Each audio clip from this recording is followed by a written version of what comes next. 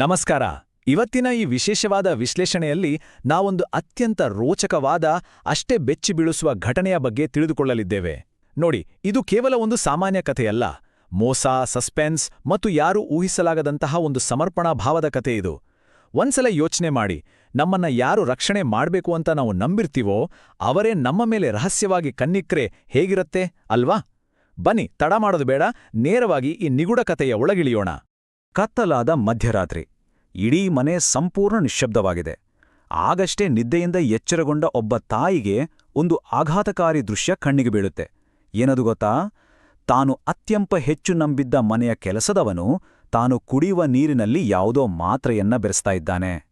ಇಲ್ಲಿ ನಮ್ಮೆಲ್ಲರ ತಲೆಯಲ್ಲಿ ಬರುವ ಅತಿದೊಡ್ಡ ಪ್ರಶ್ನೆ ಅಂದ್ರೆ, ಆ ನಂಬಿಕಸ್ಥ ಸೇವಕ ಯಾಕೆ ನೀರಿಗೆ ಮದ್ದು ಬೆರೆಸ್ತಾ ಇದ್ದಾನೆ? ಖಂಡಿತ ಇದು ಪ್ರತಿಯೊಬ್ಬರನ್ನು ಬೆಚ್ಚಿಬೀಳಿಸುವಂತಹ ಕ್ಷಣ. ಆ ತಾಯಿಯ ಮನಸ್ಸಿನಲ್ಲಿ ಆ ಕ್ಷಣಕ್ಕೆ ಎಂತಹ ಭಯ ಹುಟ್ಟಿರಬಹುದು ಅನ್ನೋದನ್ನು ನಾವು ಊಹಿಸೋಕೂ ಸಾಧ್ಯವಿಲ್ಲ. ಮೂರನೇ ವಿಭಾಗ, ತಾಯಿಯೊಬ್ಬಳ ಅಸಹಾಯಕತೆ. ಈ ಕಥೆಯ ಹಿನ್ನೆಲೆಯನ್ನ ನಾವು ಅರ್ಥ ಮಾಡ್ಕೊಳ್ಳೋದು ಬಹಳ ಮುಖ್ಯ. ಬೆಂಗಳೂರಿನಂಥ ಒಂದು ಬೃಹತ್ ಮಹಾನಗರ, ಅಲ್ಲಿ ಮದುವೆ ಆಗದೆ ಕೇವಲ 1.5 ವರ್ಷದ ಮಗು ದೀಪಕ್ನನ್ನು ಸಾಕುವುದು ಒಬ್ಬಂಟಿ ತಾಯಿಗೆ ಅದೆಷ್ಟು ಕಷ್ಟ ಅಂತ ನಮಗೆಲ್ಲ ಗೊತ್ತೇ ಇವೆ. ಆಕೆಯ ಆ ಒಂಟಿತನ, ಆ ಅಸಹಾಯಕತೆ, ಅದನ್ನು ನಾವು ನಿಜಕ್ಕೂ ಅರ್ಥ ಮಾಡ್ಕೊಳ್ಳೇಬೇಕು. ಒಮ್ಮೆ ಈ 2 ಪರಿಸ್ಥಿತಿಗಳನ್ನ ಗಮನಿಸಿ. ಒಂದು ಕಡೆ ಸಿಕ್ಕಾಪಟ್ಟೆ ಒತ್ತಡದಲ್ಲಿರುವ ನಗರದ ತಾಯಿ, ಮತ್ತೊಂದು ಕಡೆ ಹಳ್ಳಿಯಿಂದ ಬಂದ 21 ವರ್ಷದ ಒಬ್ಬ ನಿಷ್ಕಲ್ಮಶ ಹುಡುಗ ಗಿರಿ. ಆಕೆಯ ಅಜ್ಜಿಯ ಮನೆಯ ಗೋಶಾಲೆಯನ್ನ ಸ್ವಚ್ಛ ಮಾಡ್ತಾ ಇದ್ದ ಈತ, ನನಗೆ ಹಣ ಬೇಡ, ಕೇವಲ ಕೆಲಸ ಕೊಡಿ ಅಂತ ಕೇಳಿದಾಗ ಆ ತಾಯಿಗೆ ಅದೆಷ್ಟು ನೆಮ್ಮದಿ ಸಿಕ್ಕಿರ್ಬೋದಲ್ವಾ? ಕೇವಲ 5,000 ರೂಪಾಯಿ ಸಂಬಳಕ್ಕೆ ಮಗುವನ್ನ ನೋಡ್ಕೊಳ್ಳೋಕೊಬ್ಬ ನಂಬಿಕಸ್ಥ ಸಿಕ್ನಲ್ಲ ಅಂತ ಆಕೆ ದೊಡ್ಡ ನಿಟ್ಟುಸಿರು ಬಿಡ್ತಾಳೆ. ಇದು ಈ ಕಥೆಯ ಅತ್ಯಂತ ನಿರಾಳವಾದ ಘಟ್ಟ ಅಂತಲೇ ಹೇಳ್ಬೋದು. 5ನೇ ವಿಭಾಗ, ಒಂದು ನಿಗೂಢ ಬದಲಾವಣೆ. ಆದ್ರೆ ಇಲ್ಲಿ ನಿಜಕ್ಕೂ ಆಸಕ್ತಿದಾಯಕವಾದ ಅಂಶ ಏನಂದ್ರೆ, ಗಿರಿಯಲ್ಲಾದ ಆ ದಿಢೀರ್ ಬದಲಾವಣೆ. ಹೌದು, ಆರಂಭದಲ್ಲಿ ಮಗುವಿಗೆ ಖುಷಿ ಕೊಟ್ಟ, ಬಹಳ ಮುಗ್ಧವಾಗಿ ಕಂಡ ಆ ಹಳ್ಳಿ ಹುಡುಗನ ನಡವಳಿಕೆ ನಿಧಾನವಾಗಿ ಬದಲಾಗೋಕೆ ಶುರುವಾಗತ್ತೆ. ಈ ಘಟನೆಗಳ ಹಂತಗಳನ್ನು ನಾವು ಗಮನಿಸಿದ್ರೆ ಆ ಆತಂಕಕಾರಿ ಬೆಳವಣಿಗೆಗಳು ನಮಗೆ ಸ್ಪಷ್ಟವಾಗಿ ಕಾಣಿಸ್ತವೆ. ಮೊದಲಿಗೆ ಆಕೆ ಬಹಳ ಪ್ರೀತಿಯಿಂದ ಗಿರಿಯನ್ನ ಮಾಲ್ಗೆ ಕರೆದೊಯ್ದು ಹೊಸ ಬಟ್ಟೆ ಕೊಡಿಸಿ ಹೇರ್ ಸ್ಟೈಲ್ ಬದಲಾಯಿಸ್ತಾಳೆ. ಆಗ ಆತ ಯಾವುದೋ ದೊಡ್ಡ ಮನೆತನದ ಸುಂದರ ಯುವಕನಂತೆ ಕಾಣಿಸ್ತಾನೆ. ಅದಾದಮೇಲೆ ಆಕೆಗೆ ತಲೆನೋವು ಬಂದಾಗ ತಲೆ ಸವರಿ ಆರಾಮ್ ಮಾಡುವ ಆತನ ವಿಚಿತ್ರ ವರ್ತನೆ. ನಂತರ ರಾತ್ರಿ ಕುಡಿಯುವ ನೀರಿಗೆ ಮಾತ್ರೆ ಬೆರೆಸೋದು. ಎಲ್ಲಕ್ಕಿಂತ ಹೆಚ್ಚಾಗಿ ಗೆಳತಿಯ ಬಾಯ್ಫ್ರೆಂಡ್ ವಿಜಯ್ ಅನ್ನೋನು ಮನೆಗೆ ಬಂದಾಗ ರೊಚ್ಚಿಗೆದ್ದು ಆತನ ಕೈ ಮುರಿಯೋ ಮಟ್ಟಿಗೆ ಹೋಗ್ತಾನೆ ಗಿರಿ. ಈ ಪ್ರತಿಯೊಂದು ಹೆಜ್ಜೆಯೂ ಖಂಡಿತವಾಗಿಯೂ ಅಪಾಯದ ಮುನ್ಸೂಚನೆಯೇ ಸರಿ. ಈ ಎಲ್ಲ ಘಟನೆಗಳು ನಮ್ಮೆದುರು ಒಂದು ಅತಿ ದೊಡ್ಡ ಪ್ರಶ್ನೆಯನ್ನ ಹುಟ್ಟುಹಾಕ್ತವೆ. ಇದೇನು ರಕ್ಷಣೆಯೋ ಅಥವಾ ಕಂಟ್ರೋಲ್ ಮಾಡೋ ಪ್ರಯತ್ನನೋ? ಆಕೆಯ ಸುರಕ್ಷತೆಯ ನೆಪದಲ್ಲಿ ಒಬ್ಬ ಸೇವಕ ಆಕೆಯ ಇಡೀ ಜೀವನವನ್ನೇ ತನ್ನ ಹಿಡಿತದಲ್ಲಿ ಇಟ್ಕೊಳ್ಳಲು ಪ್ರಯತ್ನಿಸ್ತಾ ಇದ್ದಾನ ಅನ್ನೋ ಅನುಮಾನ ಕಾಡೋದು ಸಹಜ ಅಲ್ವಾ? ಒಬ್ಬ ಅಸಹಾಯಕ ಮಹಿಳೆಯ ಮೇಲೆ ನಡೀತಾ ಇರೋ ಈ ವಿಚಿತ್ರ ದೌರ್ಜನ್ಯದ ಹಿಂದಿನ ಅಸಲಿ ಉದ್ದೇಶವಾದ್ರೂ ಏನು ಅನ್ನೋ ಕುತೂಹಲ ನಮ್ಗೆಲ್ರಿಗೂ ಮೂಡುತ್ತೆ. 8ನೇ ವಿಭಾಗ, ಆಘಾತಕಾರಿ ಸಂಚು. ಈಗ ಕಥೆಯನ್ನ ನೇರವಾಗಿ ಆ ಕತ್ತಲೆಯ ಮಧ್ಯರಾತ್ರಿಯ ಉದ್ವಿಗ್ನ ಕ್ಷಣಕ್ಕೆ ವಾಪಸ್ ತರೋಣ.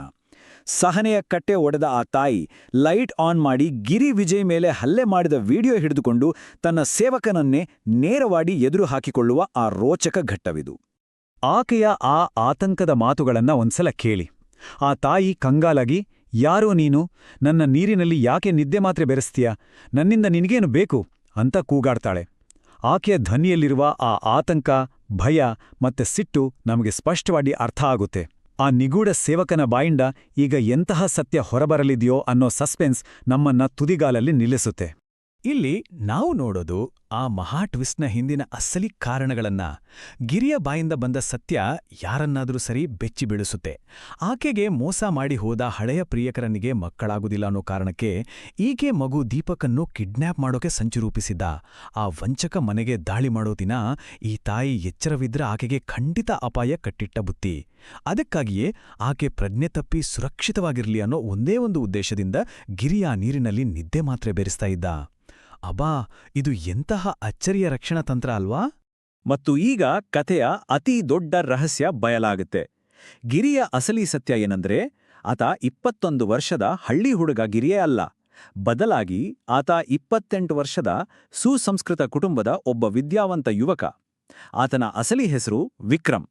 ಆಕೆಯ ಅಜ್ಜಿ ಈಕೆಯ ಕಥೆ ಹೇಳಿ ಫೋಟೋ ತೋರಿಸಿದಾಗ್ಲೇ ಅಂದ್ರೆ ಆ ಮೊದಲ ನೋಟದಲ್ಲೇ ಆಕೆಯನ್ನ ಪ್ರೀತಿಸಿದ್ದ ಈತ ಕೇವಲ ಆ ತಾಯಿ ಮಗನ ರಕ್ಷಣೆಗಾಗಿಯೇ ತನ್ನ ಗುರುತನ್ನೇ ಸಂಪೂರ್ಣವಾಗಿ ಮರೆಮಾಚಿ ಮನೆ ಕೆಲಸದವನಾಗಿ ಬಂದಿದ್ದ. ಖಂಡಿತವಾಗಿಯೂ ಈ ಮಟ್ಟದ ತ್ಯಾಗ ಮತ್ತೆ ಸಮರ್ಪಣೆಯನ್ನ ಕಲ್ಪಿಸ್ಕೊಳ್ಳೋದೇ ಅಸಾಧ್ಯ. 12ನೇ ವಿಭಾಗ ನಿಜವಾದ ಸಮರ್ಪಣೆಯ ಅನಾವರಣ. ಇಷ್ಟೆಲ್ಲ ಆತಂಕ ಭಯದ ನಂತರ ಕಥೆ ಒಂದು ಬಹಳ ಸುಂದರವಾದ ಬೆಚ್ಚುಗಿನ ತಿರುವನ್ನಿ ಪಡೆದುಕೊಳ್ಳುತ್ತೆ. ಒಂಟಿ ತಾಯಿಯ ಜೀವನದಲ್ಲಿ ಹೊಸ ಭರವಸೆಯ ಬೆಳಕು ಮೂಡುವ ಸಮಯ ಇದು ಅಂತಲೇ ಹೇಳ್ಬೋದು. ಈ ಇಡೀ ಪಯಣ ನಿಜಕ್ಕೂ ಬಹಳ ಸುಂದರವಾಗಿದೆ. ರಕ್ಷಣೆಗಾಗಿ ಮೋಸದ ತಂತ್ರಗಳನ್ನ ಬಳಸಿದ ಸೇವಕಗಿರಿಯಿಂದ ಹಿಡಿದು ಆಕೆಯನ್ನ ಮದುವೆಯಾಗಿ ದೀಪಕ್ಕೆ ನಿಜವಾದ ಅಪ್ಪನಾಗಿ ನಿಂತ ಪತಿ ವಿಕ್ರಮ್ವರೆಗಿನ ಈ ಜರ್ನಿ ಅದ್ಭುತವಾದದ್ದು. ನಂಬಿ ಮೋಸ ಹೋದ ಆಕೆಗೆ ವಿಕ್ರಮ್ ರೂಪದಲ್ಲಿ ಸಾಕ್ಷಾತ್ ದೇವ್ರೇ ಬಂದು ಕಾಯ್ದಂತಾಯಿತು. ಆಕೆಯ ಕಷ್ಟದ ಜೀವನವನ್ನ ಆತ ಒಮ್ಮೆಗೆ ಸ್ವರ್ಗವನ್ನಾಗಿ ಪರಿವರ್ತಿಸಿಬಿಟ್ಟ. ಈ ಇಡೀ ಕಥೆಯ ಮೂಲ ಸಂದೇಶ ಹೀಗಿದೆ: ಯಾರು ನಮ್ಮನ್ನ ನಿಜವಾಗಿಯೂ ಪ್ರೀತಿಸ್ತಾರೋ ಅವರು ಎಂತಹ ಕಠಿಣ ಪರಿಸ್ಥಿತಿಯಲ್ಲೂ ನಮ್ಮ ಕೈಬಿಡೋದಿಲ್ಲ. ಅದೇ ಸಂಬಂಧ ಕಳೆದುಕೊಳ್ಳೋವನಿಗೆ ಒಂದು ಸಣ್ಣ ನೆಪ ಸಿಕ್ಕರೆ ಸಾಕು. ಈ ಮಾತು 100% ಸತ್ಯ ಅಲ್ವಾ? ಸಂಬಂಧಗಳನ್ನ ಉಳಿಸ್ಕೊಳ್ಳೋಕೆ ಯಾವುದೇ ದೊಡ್ಡ ಕಾರಣಗಳ ಅಗತ್ಯವಿಲ್ಲ, ಕೇವಲ ಶುದ್ಧವಾದ ಮನಸ್ಸಿಂದ್ರೆ ಸಾಕು ಅನ್ನೋದನ್ನ ವಿಕ್ರಮ್ನ ಪಾತ್ರ ನಮಗೆಲ್ಲ ಬಹಳ ಸುಂದರವಾಗಿ ತಿಳಿಸ್ಕೊಡುತ್ತೆ. ಮುಕ್ತಾಯಕ್ಕೆ ಬರ್ತಾ ಇದ್ದಾಗೆ ಈ ಒಂದು ಆಳವಾದ ಪ್ರಶ್ನೆಯನ್ನ ನಮ್ಗೆ ನಾವೇ ಕೇಳ್ಕೊಳ್ಬೇಕಾಗಿದೆ. ನಮ್ಗೆ ಅತ್ಯಂತ ಪ್ರಿಯರಾದವರನ್ನ ರಕ್ಷಿಸಲು ನಿಜವಾದ ರಕ್ಷಣೆ ಅಂದ್ರೆ ಹೇಗಿರುತ್ತೆ? ಅವರನ್ನ ಕಾಪಾಡೋಕೆ ಒಬ್ಬ ವ್ಯಕ್ತಿ ಯಾವ ಮಿತಿಯವರೆಗೂ ಹೋಗ್ಬೋದು ಅನ್ನೋದಕ್ಕೆ ವಿಕ್ರಮ್ನ ಈ ಕಥೆ ನಮ್ಮ ಕಣ್ಮುಂದೆ ಇರುವೊಂದು ಜೀವಂತ ಉದಾಹರಣೆ. ಈ ಬಗ್ಗೆ ಒಂದ್ಸಲ ಯೋಚನೆ ಮಾಡಿ.